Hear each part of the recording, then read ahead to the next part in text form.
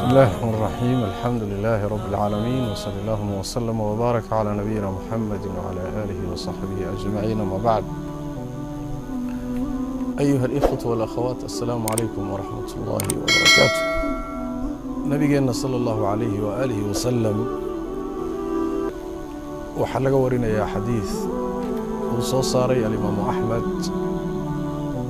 يا طبراني يا حاكم بيهقي في الشعب من حديث عبد الله بن عمر رضي الله تعالى عنهما. والنبي صلى الله عليه وسلم: 4 إذا كن فيك فلا عليك ما فاتك من الدنيا. 4 arrimood haddii ay dhexdaada yihiin oo dhexdaada laga helo oo aad ku sifaysan tahay oo ilaahay ku siiyo kuu hibeeyey, wixii adduunye ee ku dhaafa waxba kaalama maqna. 4 arrimood ayaa nebigu sal alla alay wasalam wuxuu yidhi: sidqu alxadiid wa xifdu alamaana wa xusnu alkhuluq wa cifatu matcam buu nebigu sal alla alay wasalam. waa 4 arrimood oo qiimaha ay ku fadhiyaan iyo sida ay qaaliga u yihiin iyo miisaankoodu uu rasuulku ku tilmaamay sal alla alay wasalam in ay adduunka wixii ku dhaafa iyagu kaaga filan yihiin oo ay beddel kaaga noqon karaan. qodobka koowaad waa sidqu alxadiid, waa in aad sheekada iyo hadalkaaga aad ka run sheegto oo aad runta ku dadaasho, beentana iska ilaaliso. runtu waa astaanta iyo calaamadda dadka mu'miniinta ah. iimaanka iyo runtuna waa isla socdaan. beenta iyo nifaaq iyo munaafiqnimaduna waa isku lamaan yihiin. sidaas daraaddeed buu nebigeennu sal alla alay wasalam markuu munaafiqiinta sheegayey tilmaamaha lagu yaqaano wuxuu yidhi: idaa xaddasa kadab buu nebigu sal alla alay wasalam. markuu sheekaynayo been buu sheegaa buu rasuulku sal alla alay wasalam munaafiq. runtu waa midda rabbigeen qur-aanka meelo badan oo ka mid ah inagula dardaarmay, waana akhlaaq iyo sifa aad u sarraysa. ilaahay tabaaraka wa tacaala dad uu jecel yahay buu siiyaa. nebigeennana sal alla alay wasalam waxaa ka sugan oo xadiid kale ku tilmaamaya: ina asidqa yahdii ila albir. runtu ruuxa waxay ku hanuunisaa wanaag oo dhan, khayr oo dhan bay furo u tahay. wa ina albira yahdii ila aljanna. khayrkaasi runtu kugu hanuunisay ooy ku tustay ooy furaha kuugu noqotay, asaguna jannadu kugu hanuuninaya. halka waxaan ka fahmaynaa furaha jannadu waa runta. inaad qalbigaaga ka run sheegto, carabkaaga ka run sheegto, dhaqankaaga ka run sheegto. markaasaa nebigu wuxuu uhi sal alla alay wasalam: ruuxu ka zuuli maayo inuu run sheegayo, runtana ku dadaalayo, ilaa ilaahay agtiisa looga qoro runlow. kii runta badnaa ilaahay agtiisa looga qoro tabaaraka wa tacaala. marka nolosheenna waa inuu ruuxa muslimkaa uu ku dadaalo inuu runta sheego, beentana ka fogaado. taasi waxay beddel kaaga noqon kartaa waxyaalo fara badan oo ka mida waxyaalaha adduunyada ee ku seegaya ama ku dhaafaya. qodobka labaad, nebigeennu sal alla alay wasalam wuxuu yidhi: xifdu alamaana.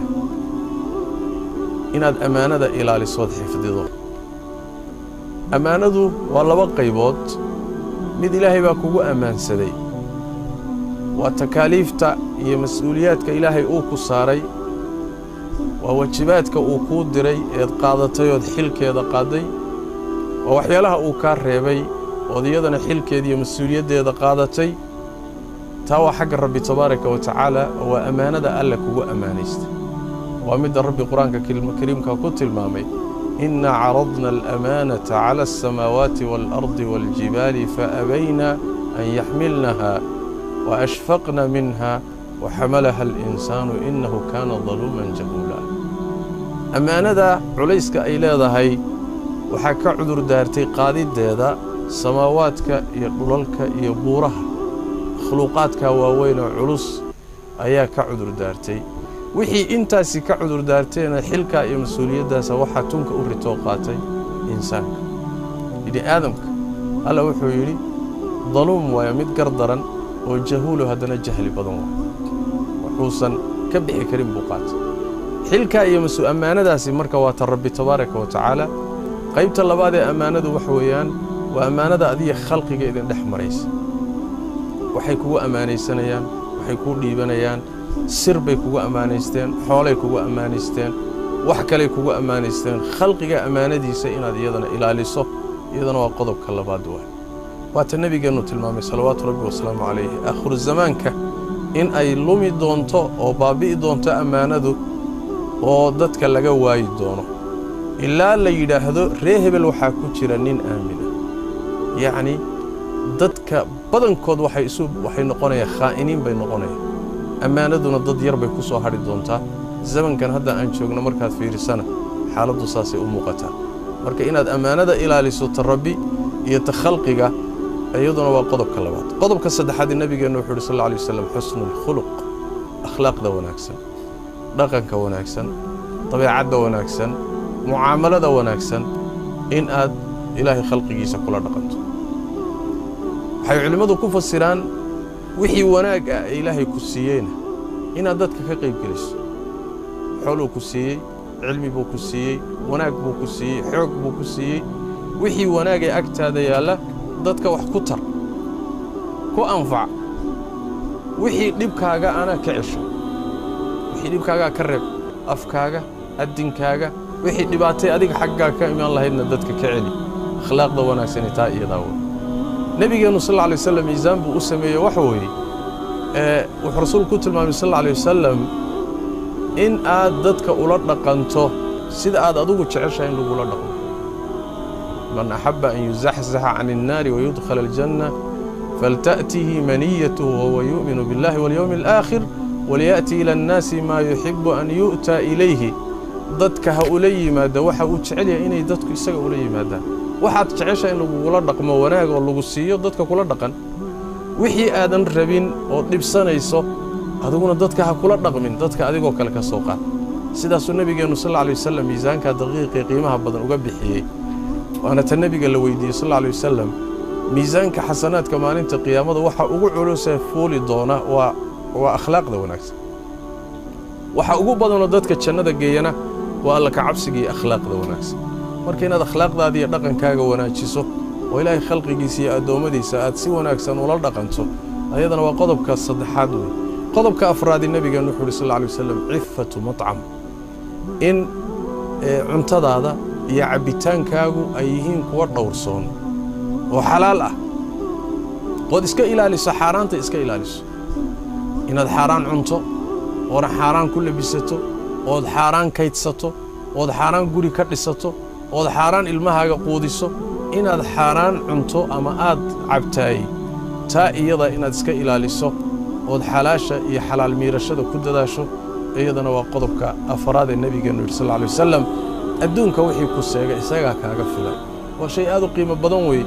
maxaa yeelay inaad xalaal kaliya ta ku gaabsatood xaaraanta ka gaabsatood iska ilaaliso waxay furo u tahay in Ilaahay ducadaada aqbalo waxay sabab u tahay in Ilaahay cibaadadaada aqbalo waxay sabab u tahay inaad akhriyo adduunba liibaanto waa midda nabigeenu sallallahu alayhi wasallam uu leeyahay khayru diinikum alwara' diinta marka la isu geeyo waxa ugu khayr badan oo ugu qiimo badan warac xalaal miirashada inuu ruux xalaal miirasho leeyahay oo shubahaadkii wixii shaki ka galay iyo wixii xaaraanta cad iyo isaga fogaado taasa waxa la yiraahdaa diinteena taasa u khayr badan sidaas daradeed afarta qodob waa afar qodob oo dhaqan ah oo hadii Ilaahay kuugu deeqo ku siiyo tabaaraka wa tacaala wax badan oo adduunka oo dadka agtiisa qiimo ku leh adiga kaaga filan oo ka deeqayo booskooda ku gali kara kana qiimo badan weey Ilaahay tabaaraka wa tacaala hayna waafajiyo hada billahi tawfiiq صلى الله وسلم وبارك على نبينا محمد وعلى اله وصحبه وسلم